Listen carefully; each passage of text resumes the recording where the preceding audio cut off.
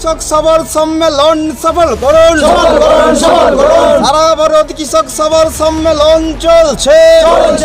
CPM পার্টিতে যোগদান করেছেন? হ্যাঁ, কোন এর আগে কোন পার্টি করতেন? এর আগে কংগ্রেস করেছি আগাগোড়ায়, তারপরে তৃণমূল করছিল, তৃণমূল সবাই তাই হয়েছে, সব পালিয়েছে সেই দিয়ে সিপিএম এ কেন যোগদান করলেন? রানীতলা থানার অন্তর্গত সরলপুর অঞ্চলের টিহিপাড়া গ্রামে সংগঠিত হলো সিপিআইএম পার্টির পক্ষ থেকে অঞ্চল ভিত্তিক সম্মেলন। কৃষক সবার সম্মেলন সফল করুন।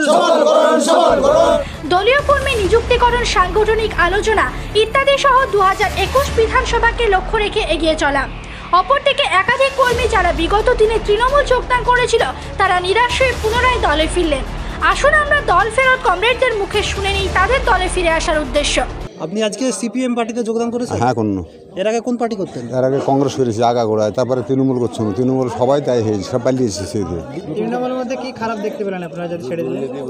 দুর্নীতির কি বলবো ওদেরকে, প্রথমে ডিহেপাড়াতে তৃণমূল আমরাই তৈরি করেছি, এখন আমরা আর মূর্খ লোক তো আমাদের মনে করে না, সিপিএম করতে করতে পারলে যে তৃণমূলে যে মোটা টাকা পাচ্ছে খাচ্চার বেড়াচ্ছে, এই তো হয়তো দেশের পরিস্থিতি। আপনারা কি চান, দেশের কি চান? আমরা চাই যে দেশের কাজ ভালো হোক, উন্নতি হোক, ভালো হোক, জানে যারা নেতা যারা হয়েছে, এইসব নেতাগুলা হয়েছে এরা যেন ভালো কাজ দেখায়, আমরা আপাত বিপদে পড়লে ওইটাই আমরা চাই, আর কিছু চাই না।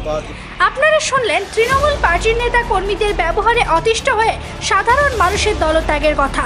এবার আসুন শুনে নিই কমরেড মুর্শেদ শেখ সারা ভারত কৃষক সভার অঞ্চল কনভেনারের মুখে ওনাদের এই সম্মেলনের আসল উদ্দেশ্য।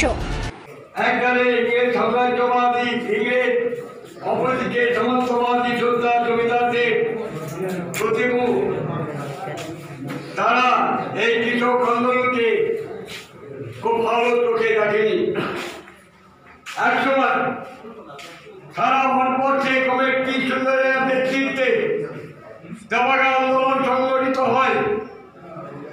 সেই আন্দোলন কৃষক সবার সম্মেলন সফল করুন, সারা ভারত কৃষক সবার সম্মেলন চলছে। সারা ভারত কৃষক সবার সরলপুর অঞ্চলে 24তম সম্মেলন চলছে। এই সম্মেলনে শহীদ স্মরণে জীবনে মরণে রক্ত ঋণ শোধ করুন।